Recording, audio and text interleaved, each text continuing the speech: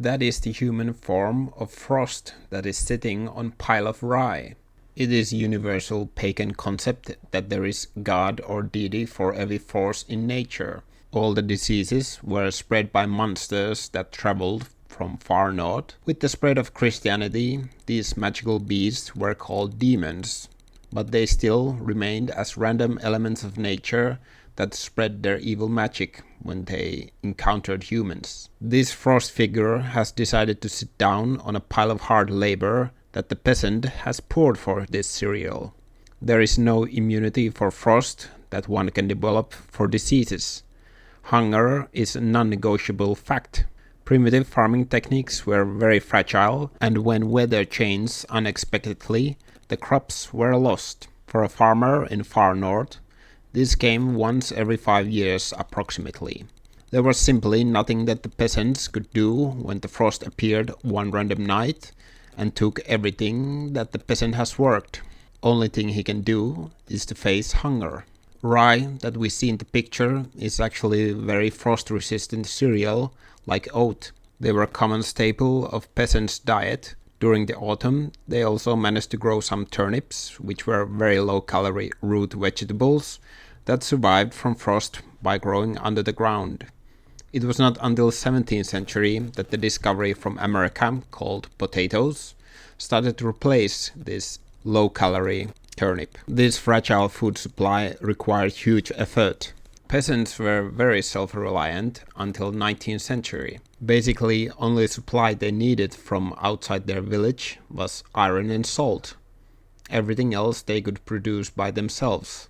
Coinage was gathered for the sole purpose of paying taxes. I think there is a very huge misunderstanding of what this totally self-reliant lifestyle required. At least from the Finnish farmers, a country that was sparsely populated compared to the rest of Europe. The peasant proverbs that were basically only education that parents and the community gave to the future offsprings were quite clear in their message. You have to work hard or face harsh winter without adequate food supplies. Procrastinating peasants will face famine. A lot of people on the internet who have no realistic understanding of what this off-the-grid lifestyle would require, or have understanding of what pre-industrial farm labor was. I think the academic studies about work hours are very skewed that come from more organized Middle European countries during the warm periods. For example, a self-reliant peasant didn't have matches but made fire from flints. A small task is now much more complex from all aspects. The chain of fuel for fire that would provide everything from heating to light source did not come to fruition without the labor of the household. The tree that could provide heat for a month does not stand next to the house. It does not move after it is cut down next to the house. It does not break to smaller pieces.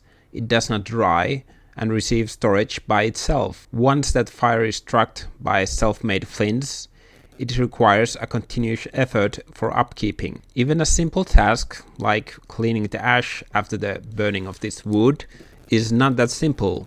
That ash is important raw material for lime or for fertilizing the garden. It was even at some points taxed. Once the process is seemingly over, it gives seeds for another task. Gathering the ash from the fireplace is the starting process of making soap, for example. The need for labor is constant. Even children and elderly take job in these tasks that can take several days for final product. It is true that during the winter season, men and women would work inside the house in their gender-separated tasks. Almost all the clothing is fixed and manufactured during this time. Tools are also fixed and built. All utensils and clothes around the house are produced during this little rays of sunlight that the winter gives for the peasants. But all this endless toiling away does not feel like work. They do not only work for themselves, but for their whole family and the village community. Every task is done in order to receive a better future. It did not mean a simple coin with a picture of a king, but a guaranteed future where they would not starve. It was the nobles who made the first claim of peasants being lazy. Their organized farms required constant need for labor also. They fed the peasants for the day, but also took important summer days from them, when they needed to put the effort into their own household instead of this estates or mansions farm. This caused constant strife between these two estates. Obviously, peasants were not lazy compared to the nobles. They were just less productive with their small patches of fields that were not fertilized because they lacked more sophisticated farming methods of the cosmopolitan nobility. If someone makes a claim that their ancestors didn't work as much as they do, then we can make assumption that this person descends from nobility. Peasants worked through their life.